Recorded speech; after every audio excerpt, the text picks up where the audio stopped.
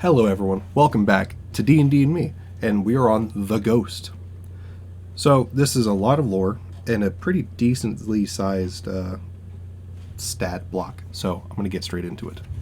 The Ghost lore.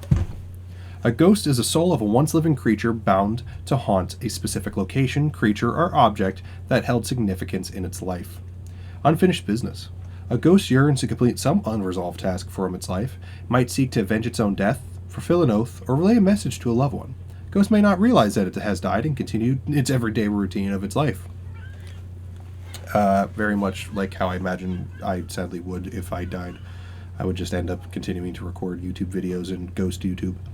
Others are driven to wickedness or spite, as with ghosts that refuse to rest until every member of a certain family or organization is dead.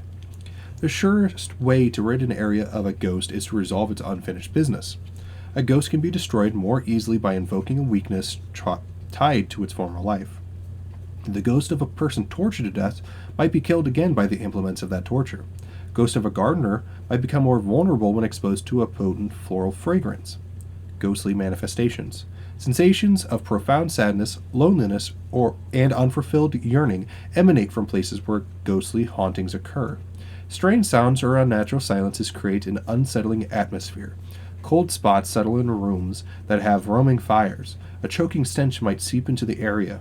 Inanimate objects might move on their own accord, and corpses might rise from the grave.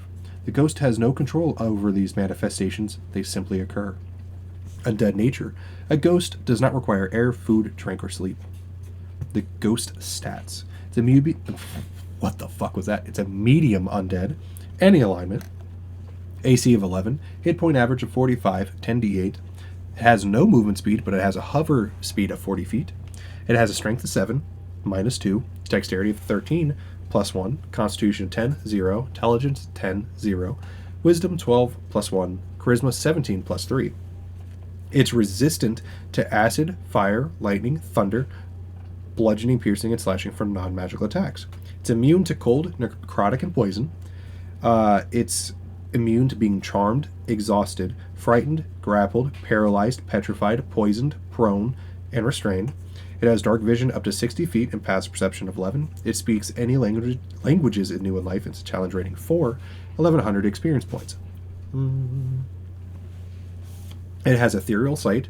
The ghost can see 60 feet into the ethereal plane when it was on the material plane and vice versa. Okay. Incorporeal movement. The ghost can move through other objects and creatures as if they were difficult terrain. It takes 5 average, 1d10 force damage if it ends its turn inside of an object. Withering touch. It's a melee weapon attack, plus 5 to hit, reach of 5 feet, 1 target only, 17 average, 46 plus 3, necrotic damage. Etherealness. The ghost enters the ethereal plane from the material plane or vice versa. It is visible on the material plane while it is in the border ethereal and vice versa. Yet it can't affect or be affected by anything on the other plane. Horrifying visage. Each non-undead creature within 60 feet of the ghost that can succeed on a DC 13 wisdom saving throw or be frightened for a minute. If the save fails by 5 or more, the target also ages 1d4 times 10 years. A frightened target can repeat the saving throw at the end of each of its turns, ending the frightened condition on itself as a success. If the target saving throw is successful or the effect ends for it, the target is immune to the ghost's horrifying visage for the next 24 hours. The aging effect can be reversed with a greater restoration spell, but only within 24 hours of it occurring. Holy shit. That's impressive. Possession. On a D6 roll of 6, it recharges. One humanoid that the ghost can see within 5 feet of it must succeed on a DC 13 charisma saving throw or be possessed by the ghost. The ghost then disappears and the target is incapacitated and loses control of its body. The ghost now controls the body, but doesn't deprive the target of awareness. The ghost can't be targeted by any attack, spell, or other effect, except ones that turn undead, and it retains its alignment, intelligence, wisdom, charisma, and immunity to being charmed and frightened. It otherwise uses a possessed target's statistics, but doesn't gain access to the target's knowledge, class features, or proficiencies. The possession lasts until the body drops to 0 hit points. The ghost ends it as a bonus action, or the ghost is turned or forced out by effect like Dispel Evil and Good Dispel.